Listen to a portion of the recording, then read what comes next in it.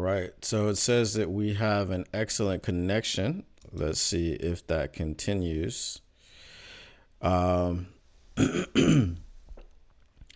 let's see. Check.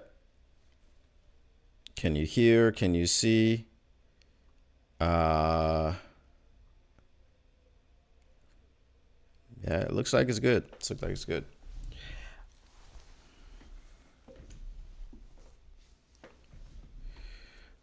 All right. Is there any buffering, David?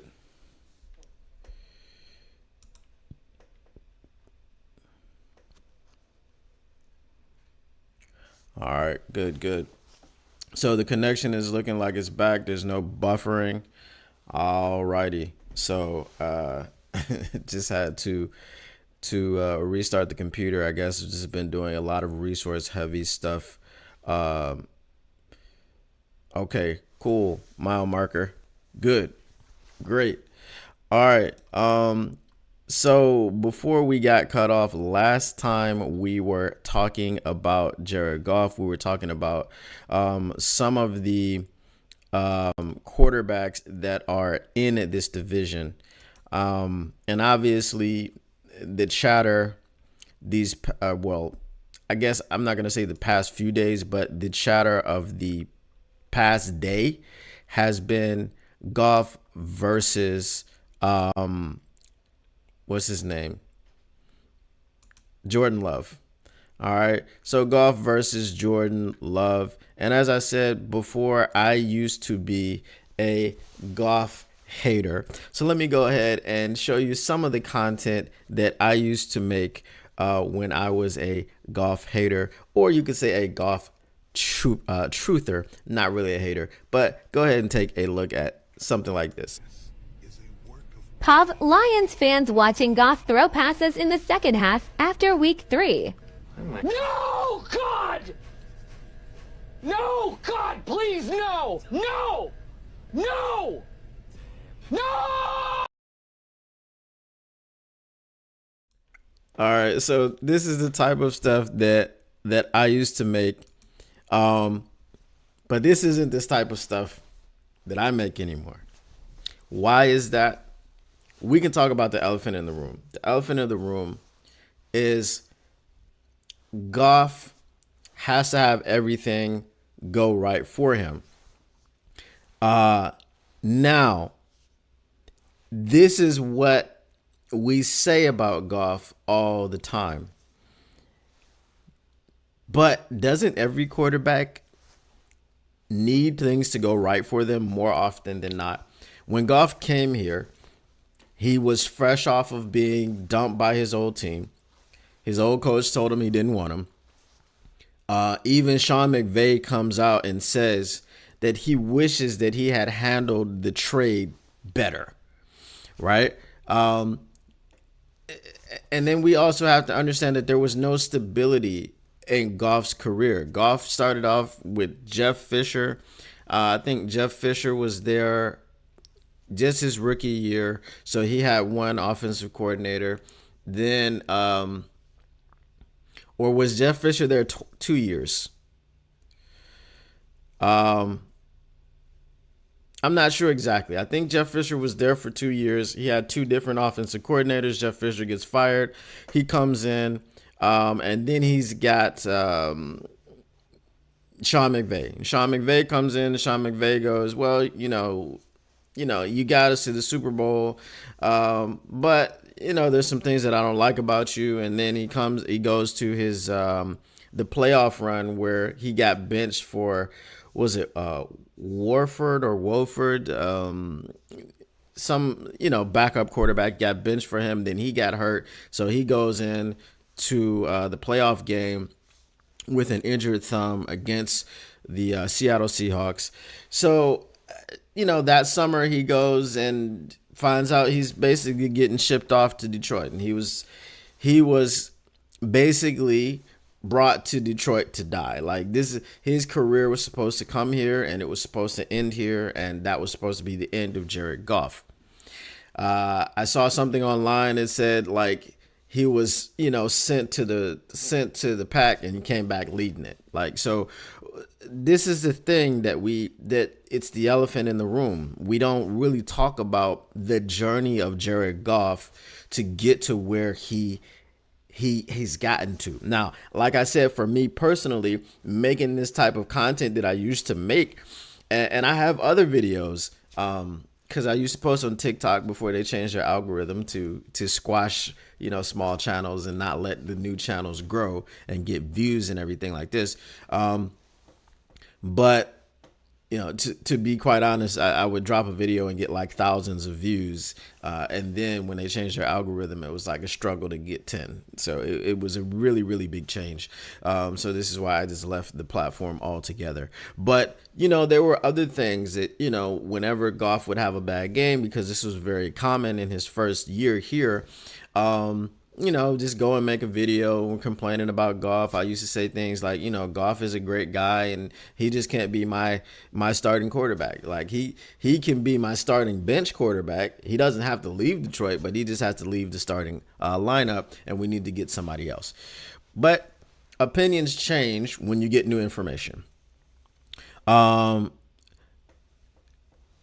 was with Fisher for a year. So, opinions change when you get new information. And with new information from Jared Goff, maybe we didn't really know that he didn't know how to read a defense. But, it was talked about in NFL circles, and I think on some broadcasts about how Sean McVay would just be in his ear until the last second that he was allowed to communicate with the quarterback. So he had no autonomy. He had no responsibility.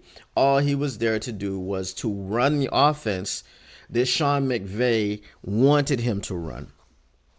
And then McVay was upset with him because he wasn't dynamic enough. Well, McVay, you haven't developed the quarterback. He didn't develop Jared Goff.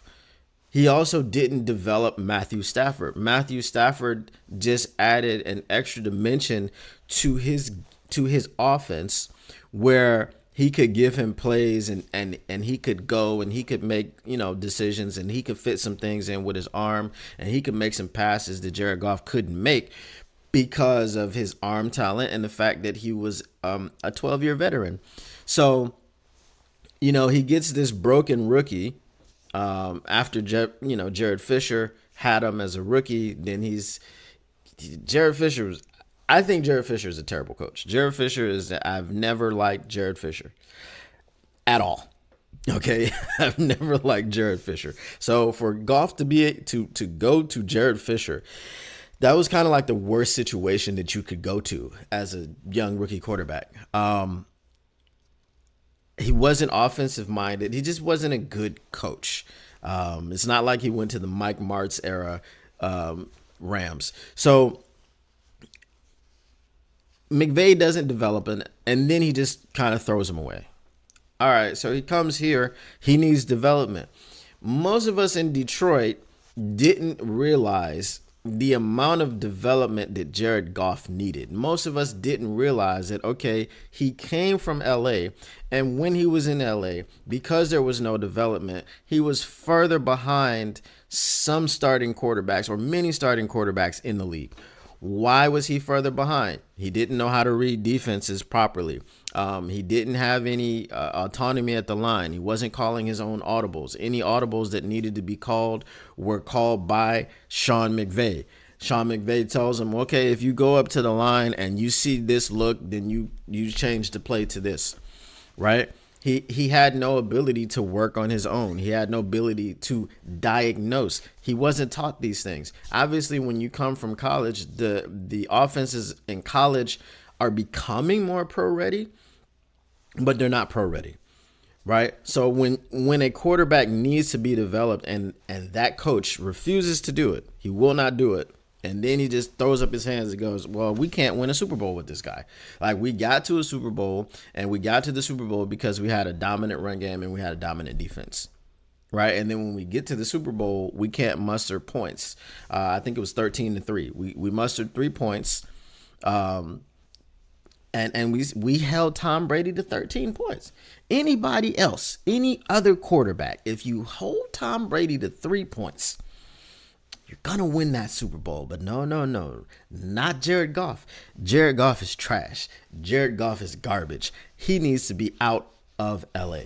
That was the thinking in Sean McVay's mind. Again, Sean McVay, you did not develop Jared Goff. You did not. You just didn't do it. So, like I said, we didn't understand how far behind he was. And we thought because, in our estimation, he was simply just a bridge quarterback. He was there to sweeten the deal. We took on his contract. He's coming in here, and then we're going to draft, who was it? Malik Willis or somebody. We're going to draft that person the next year. Okay, well, that didn't happen. And in the first year, he was not great. And I chronicle all these things. He was throwing the ball out of bounds on fourth down. I mean, give somebody a chance. Throw it downfield. If you're it's fourth down. You're throwing the ball away. That's an automatic turnover on downs. You're not helping your team. Like, do something. Lots of times he took sacks that he shouldn't have taken because he was just holding on to the ball. It's like, all right, Jared, when you should throw it away, you don't throw it away. And when you shouldn't throw it away, you throw it away. These were the types of things that he was doing. Mental errors, you name it, just turnovers for no reason, bad throws, costly fumbles. He was just looking shell shocked out there. Have you guys seen Necessary Roughness? Have you guys seen that movie? I think you guys are. I know, David, you're old enough to have seen that movie. So basically, there was just the whole thing, the scene in that movie where the guy, I think it was a receiver. I don't think it was the quarterback. It might have been the quarterback, but he gets the ball and he's like, blow the whistle, blow the whistle, blow the whistle. He's running around like telling the referee to blow the whistle, because he's just he can't do it, right? And that was Jared Goff his first year here. Okay, the second year in Detroit, Jared Goff started off the season just like everybody else started off the season, poorly. But when you saw that thing start to click, and it was a few weeks before we went on that run. It was a few weeks. At 1-6, he did have a few good games where it wasn't like, you know what, he's terrible. You could see a little bit of growth from last year. But because the team started off 1-6, you still wanted him out. You're like, Goff is not the guy. He can't turn his team around. He's not leading his team. Then they go on that run. In the last 10 games of the season, they are 8-2. Jared Goff is playing great down that run. That's when he started that streak of not turning the ball over, like consecutive passes without a turnover. All right. Started off this past season, had, broke the streak, had, and had a stretch where it was like, is he reverting back to that guy? But what we have to understand, not just as Lions fans, because there's a lot of Lions fans who are Mile Marker says he's a Goff slappy, right? There's a lot of Goff slappies, but what we have to understand as a fan base is that this is not the same guy that led the league in turnovers. Like since he came into the league, it's like he's number 2 behind Josh Allen. And then you look at Josh Allen and you're like, Josh Allen is super big, super strong. He's got a super big arm. He can run the ball. He can run you over. He's like what do they call him? Vanilla Vic. He's like Vanilla Cam. You know what I mean? Josh Allen is Vanilla Cam. And Jared Goff doesn't have those tools. Jared Goff doesn't have the huge arm. Jared Goff doesn't have the huge, displays of athleticism. But you know what Jared Goff has? Jared Goff has the leadership. He has that moxie. He's accurate. He's on time. And he's grown into this quarterback since he came here. He's grown into this quarterback. I mean, look, we look at the way that the league is going. We look at Hendon Hooker and we go, I'm intrigued. I'm intrigued by what Hendon Hooker can do. And we know that when we had the Alex Smith situation, and Alex Smith was good. He was a good quarterback. He was very solid. But Kansas City said, if we're going to win a Super Bowl, we're going to do it with this guy who we picked 10th overall, and his name was Patrick Mahomes. Is that going to be the same story with Hendon Hooker? I don't know. All I know is that Jared Goff, the bad version of Jared Goff, who was a number 1 overall pick, who was in the process of being ruined by Jeff Fisher and Sean McVay, got you to a Super Bowl. That Jared Goff, that version of Jared Goff got you to a Super Bowl. This version of Jared Goff is a better version of Jared Goff, and he almost got you to a Super Bowl last season. The NFC Championship game was not the fault of Jared Goff. Did Jared Goff turn the ball over during the NFC Championship game? I don't believe he did. Now, we can nitpick. We can say during the Rams game, playoff game, there was a situation where he threw a ball backwards when Aaron Donald was coming in. And it's like, okay, one, that was Aaron Donald. And two, the emotions were pretty high. And I think, since that was kind of crunch time, he was probably really pressing to try to win that game. Like, he didn't let it on in the media. He didn't let on with his teammates. We know we've heard the reports. He just didn't let on. He didn't make it about himself. But we know he really wanted to stick it to McVay, and he got the opportunity to do so. And to McVay's credit, he was very gracious in the loss. He talked about how happy he was for Jared Goff. And we know that tracks with what he said before about how he wishes that the trade would have been handled differently. And then, the graciousness stopped there because we know how Matthew Stafford responded. But that's neither here nor there. So now this version of Jared Goff, is he better than Jordan Love? That's the question. Yeah, mile marker. Is he better than Jordan Love? Why wouldn't he be better than Jordan Love? I mean, their stats are very similar, but I think Jared Goff threw for about 500 more yards.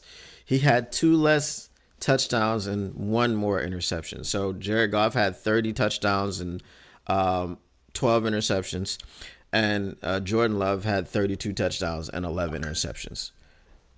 Jordan Love was the reason that we were playing the San Francisco 49ers in the NFC Championship game, and that it wasn't a home game against the Packers, which would have been 3 straight home games, which would have been amazing. I'm sure it's happened before, but it's probably pretty rare-ish. I don't know. But no, because I think the Chiefs have done it. I think this one was the first time that they had to go on the road. They had to go on the road to play the Bills. So the Chiefs have done it. It's been done before. It's probably much more common. But obviously for the Detroit Lions, it's never been done. So Jordan Love is the reason, because Jordan Love cracked under the pressure. Jordan Love is the one that threw the interception to end the game. Jordan Love had the ability to go out and just kind of methodically drive the ball down the field and play the game that he had been playing up until that point. And then he changed some things up, and then he got the jitters and the heebie-jeebies, and he got happy feet, and he made poor decisions. And that is the reason that they lost that game, and they went home. Jared Goff wasn't the reason that we went home in the playoffs. The reason that we went home in the playoffs is because as a team, we collapsed in the second half. As a team, we decided, let's not play the second half. Let's not come out of the locker room. You understand what I'm saying? And here's the thing about Jordan Love. Jordan Love, in his first 9 games, let me see if I can find it, because I did have this pulled up before I had to turn off the computer. All right. So here are the stats. Jordan Love in his first 9 games, 46.1 QBR, which is the 22nd in the NFL, 80.5 QB rating, which is 30th in the NFL, 19 sacks taken, 17th in the NFL, 14 touchdowns, 15th in the NFL, 10 interceptions, most in the NFL. After 9 games, Jordan Love had the most interceptions in the NFL, and his touchdown to interception ratio wasn't very good. It was, if we're rounding up and down, it was almost 1-to-1. 14-10, it's not a large separation.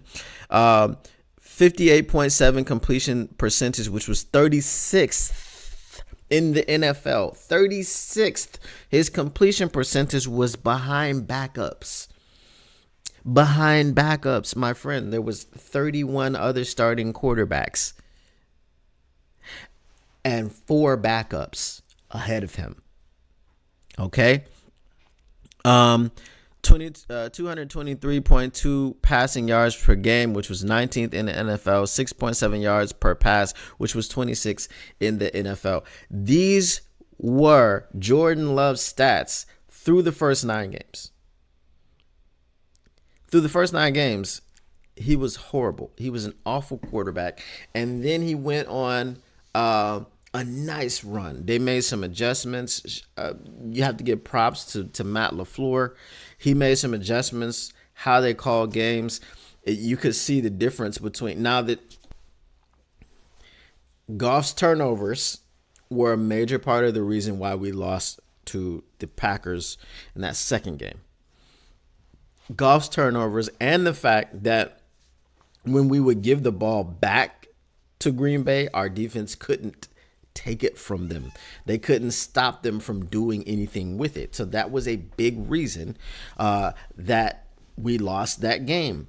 But again, we have to give props to Matt LaFleur for crafting his offense, for making adjustments for his offense around Jordan Love to get him to be better, right? But here's the thing. Jordan Love now has a full season of tape. Again, last season was Jordan Love's first season starting. It was his first starting season. And there's a lot of quarterbacks, a lot of players that have been dynamic and fantastic in their first season starting, and then they hit that sophomore slump, quote unquote. Now, his wouldn't be a true sophomore slump because he's been in the league now. What is this? Going into his 4th year. But as a starter, he could have a sophomore slump. And the reason that they have sophomore slumps is because the tape is out now. Defensive coordinators around the league understand what Jordan Love can do well, what he likes to do. So it's like now, okay, when we're watching the tape and we're doing film study and preparation to play the Packers, let's go ahead and take this away from Jordan Love. Jordan Love likes to hit the intermediary routes. Let's take that away from Jordan Love and make him push it deep or make him beat us short, because he will get impatient and he will throw some interceptions trying to force the ball into the intermediary routes like he did in the NFC Championship game. Not NFC Championship game, the divisional round game.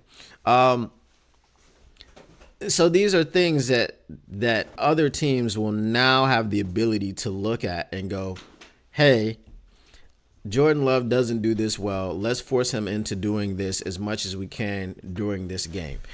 Jordan Love likes to do that. Let's take that away from him as much as we can during this game. Jordan Love isn't the greatest at this He's better at this, but he's not the greatest at this. Let's force him into what he's not the greatest at. So these types of things will help Jordan Love look a lot more average next season. It's the book is out. Okay.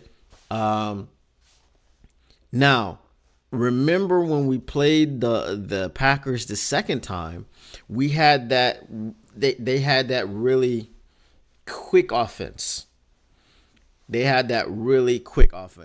What's a way to disrupt quick offense? Pressure up the middle.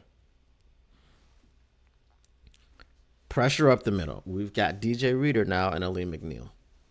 Pressure up the middle is coming. Okay? Pressure up the middle is coming. Quick offense is not generally disrupted by pressure on the edges because it's a quick offense, right?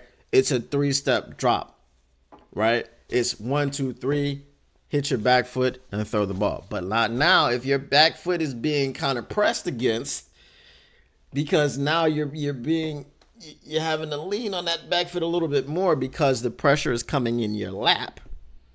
It's going to be more difficult to make those really quick, timely throws, and there's going to be less accuracy. Those things are going to be off a bit.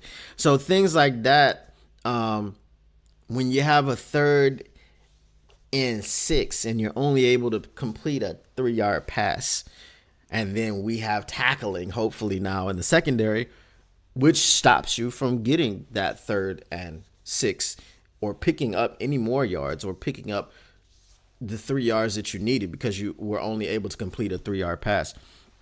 Now things like that are probably going to kind of skew the argument. They're going to make Jordan Love look worse. Other teams that have good defensive interiors are going to be able to now cause pressure and disrupt those types of quick games that they try to play out there in Green Bay. So I really don't consider, if we look at this, I know it was a very long-winded answer, right? Is Jared Goff king of the North? Yes, king of the North. He is the best quarterback in the NFC North right now. Now, if we want to talk about talent, like we said, we talked about Josh Allen. We talked about the physical tools that Josh Allen has. Jordan Love is much more like Josh Allen than Jared Goff is. No debate, no argument there at all. Caleb Williams tracks to be maybe more physically talented than Jared Goff. JJ McCarthy tracks to be maybe more physically talented than Jared Goff. You know who else is more physically talented than Jared Goff? Malik Willis. Where is he? Let's go back and look at some people in Detroit Lions lore. Andre Ware was more physically talented than Jared Goff. Y'all remember Andre Ware? Where's he at? Where's what did he do for this team? And I remember being a kid, I just wanted to see him play. And I would just be like, put him in. Just where's Andre Ware? Put him in, because I'm like 9, right? I don't understand that he's terrible, right? He was a quarterback that was good in college. And we ate up all the hype. We were on the hype train, and it was just like, put him in the game, please. I need to see him. I just need to see him. Now, here's the thing. I'm not saying that Goff can't throw it deep. That's not what I'm saying. What I'm saying is someone like Josh Allen can stand on the goal line and throw it to the other goal line. Like Matthew Stafford can do this. We've seen him do it. Michael Vick could do things like that. I think Pat Mahomes probably can. Lamar Jackson can. So this is when I say the physical talents, I'm not saying that he can't throw a deep ball. Can he throw it like that? Okay, let's say he can throw it 50 yards down the field. Great. Can he throw it 70? Can he throw it 80? He absolutely cannot. Do you need to be able to throw it 70 or 80 yards down the field to be an effective quarterback? You don't. You don't need to be. And this is what I'm saying. Like, this is why I'm bringing up all the things about other quarterbacks being more physically talented than Jared Goff. I think every quarterback in the NFC North is more talented physically than Jared Goff. Every one of them is more mobile than Jared Goff.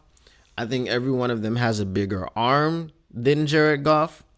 Now, when you talk about accuracy, when you talk about intangibles, leadership, when you talk about fully, completely comprehending and understanding the offense, when you talk about being able to because you understand that offense and because you're on the same page as your receivers, to be able to make that thing hum efficiently. I mean, what were we, third and then fifth in the league in total offense? Jared Goff is a big part of that now. Amon-Ra St. Brown was a 4th round wide receiver who is now the top paid wide receiver in the NFL. I think Jared Goff had something to do with his development. I would say that. J-Mo coming, hopefully breaking out and coming into his own, will be because of his rapport with Jared Goff and them getting on the same page, and Jared Goff being able to trust him, and when he runs his routes, putting it in the right place. Sam Laporta got to work right away with Jared Goff, and Jared Goff, puts the ball in places where Sam Laporta can get it, and he feeds him the ball. I mean, Jared Goff is the one who's getting these people the ball. Amon-Ra St. Brown. I mean, Josh Reynolds when he was here. Remember, Josh Reynolds was cut by the Tennessee Titans when he originally left LA. So he was with Jared Goff and looked like a good receiver. Got a little bit of money from Tennessee. Looked like a terrible receiver. Couldn't even make the roster. Couldn't get on the field. Right. Cut him. Comes back to Detroit. Reunites with Jared Goff. Reliable target. Right. Looks like a guy that you want on your team until he, drops those 2 passes in the NFC Championship game. Goes off to, I believe he's in Baltimore now. We'll see. I mean, what is he going to look like out there? Is he going to be that receiver that's, gets open for Lamar Jackson and makes himself a target for Lamar Jackson? We've seen since Todd Monken came in, there's been a shift and there's been a focus on trying to get the receivers the football, to the detriment of the Ravens. Todd Monken called 6 running plays in the AFC Championship game. Who does that? We have Lamar Jackson, who is the most lethal running quarterback probably in the history. Lethal, yes. Electrifying, no. That goes to Michael Vick. Michael Vick was the most electrifying running quarterback in the history of the NFL. But lethal, I would say, it's Lamar Jackson. And then you take the ball not out of his hands, but you don't get that running game going because they're just like us. You're running to establish the pass. And they didn't do that. So, my point about Jared Goff is Jared Goff knows how to play quarterback. And it's not all about physical strength. And, it's the mental part that Jared Goff has gotten so much better at. And this was the thing that I wanted Jared Goff to get much better at. I wanted him to get better at doing that.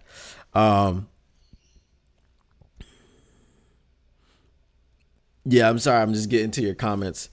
No,